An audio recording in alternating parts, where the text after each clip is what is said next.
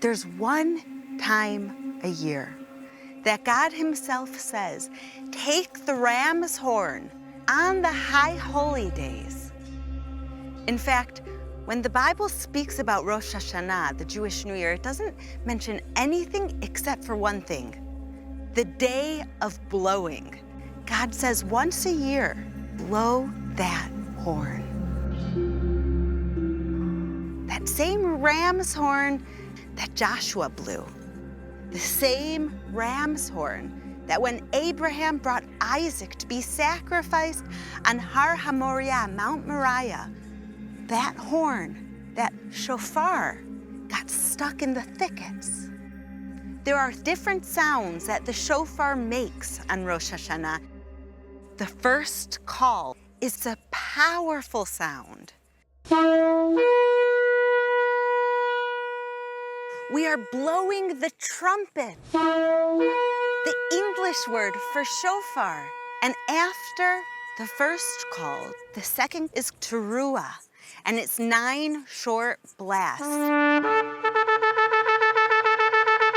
The teruah is an alarm clock. It is an alarm clock that is penetrating our soul to wake up.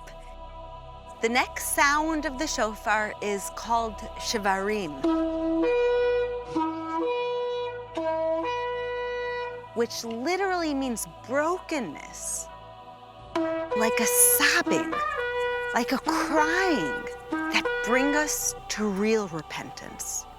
Repentance in action. Repentance is when we're put in the same situation again and you make different choices. This leads us to the final blast of the shofar that will greet Messiah in this world.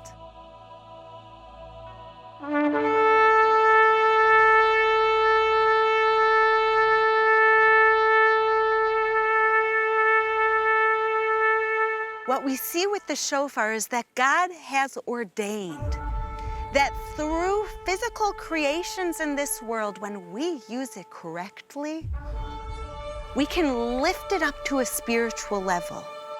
Our hearts are awakened through the call of the shofar.